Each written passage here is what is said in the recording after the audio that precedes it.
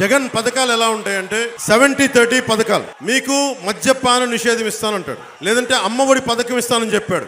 ఎంతమంది బిడ్డలున్నా అమ్మఒడి పథకం ఇస్తామని. అలాగే మీకు కూర్చోబెట్టి ఏ పథకం అని తీసుకున్నా గానీ రకరకాలుగా ఈ బీసీ సబ్ ప్లాన్ ఫండ్స్ అంటే ఆ ఫండ్స్ తీసి ఏది అడిగినా సరే మీకోసమే ఖర్చు పెడుతున్నాను కదా. అలాగే బ్రాహ్మిన్ ఫండ్స్ తీసుకుంటే నేను మీకు అది అమ్మఒడి ఇస్తున్నాను కదా.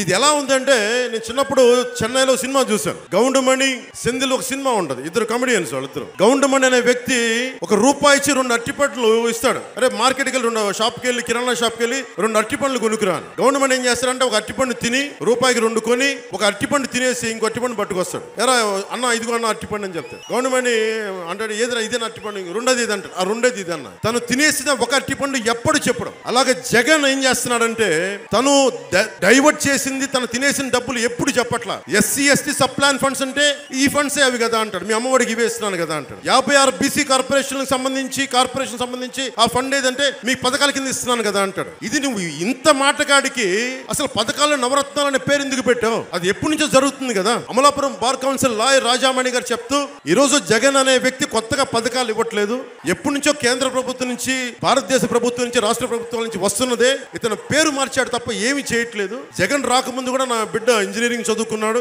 పాకెట్ మనీ వచ్చేది. ఈ రోజున కొత్తగా జగన్ విద్యా దీవెన పథకం ఇవన్నీ కొత్తవి కాదని ఆవిడ బాధపడతా ఉంది. సో జగన్ అనే వ్యక్తి మనం అర్థం చేసుకోవాల్సింది కొత్త పథకాలు ఏమీ చేయట్లేదు, ఇన్క్లూడింగ్ ఓల్డ్ ఏజ్ పెన్షన్ తో సహా.